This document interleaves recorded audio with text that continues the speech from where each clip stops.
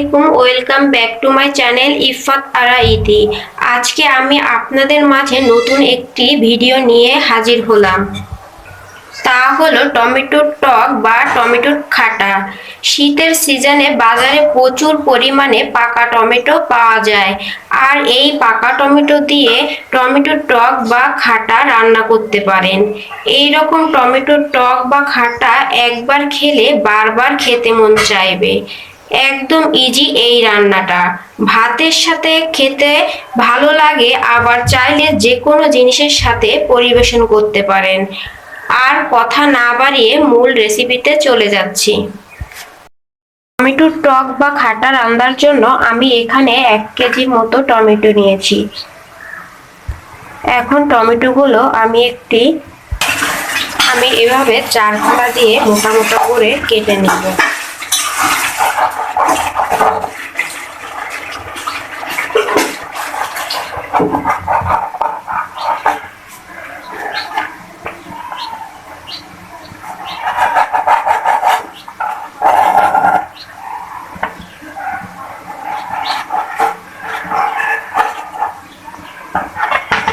Viewers, আমি এভাবে টমেটোগুলো সবগুলো কেটে নিব। ভিউয়ার্স, দেখতেই পাচ্ছেন আমি সবগুলো টমেটো একইভাবে কেটে নিয়েছি। এখন অ্যাড করব কিছুটা তেঁতুল, কাঁচামরিচ,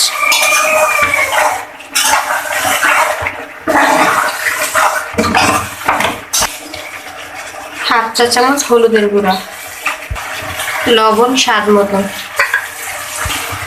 হাফ কাপ পরিমাণ পানি। প্রেসার কুকারে এখন 3 থেকে 4টা সিটি দিয়ে নেব।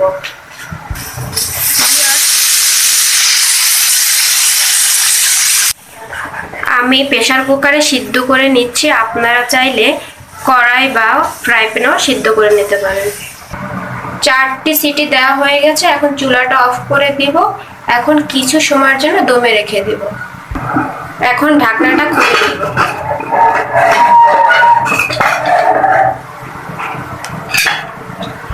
এখন একটি বেলির সাহায্যে টমেটোগুলো ঘুটে নেব। দেখতে পাচ্ছেন ভিউয়ার্স, ঘোটা হয়ে গিয়েছে। এখন অ্যাড করব পানি, 1 কাপ পরিমাণ। এখন একটি ছাঁকনার সাহায্যে ছেঁকে নিব। আপনারা চাইলে এটা রেখেও দিতে পারেন, তবে ছেঁকে নিলে দেখতেও সুন্দর লাগে, খেতেও ভালো লাগে। এখন কিছু সময়ের জন্য জাল করে নিব। দেখতে পাচ্ছেন ভিউয়ার্স, বলক চলে এসেছে। এখন অ্যাড করব স্বাদ মতো চিনি।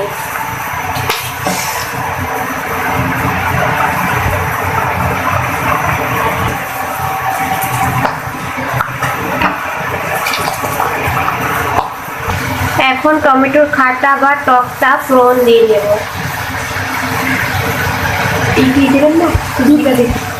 ফোড়নের জন্য অ্যাড করব সামান্য পরিমাণ জিরা, শুকনো মরিচ ও রসুন কুচি, পেঁয়াজ কুচি,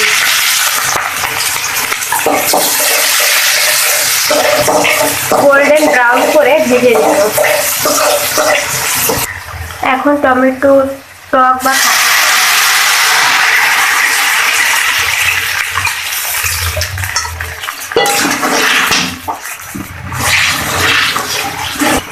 বলক আসা পর্যন্ত অপেক্ষা করব। রান্না হয়ে গিয়েছে, এখন সার্ভ করে দেখে নিচ্ছি।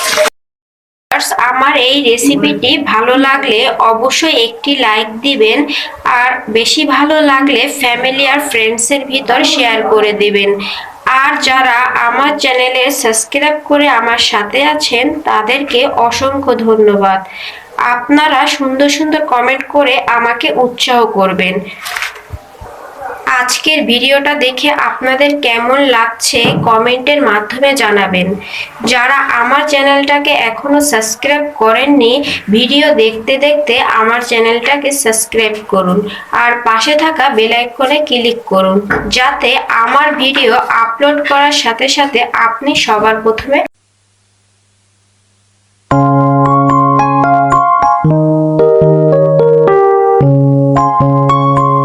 you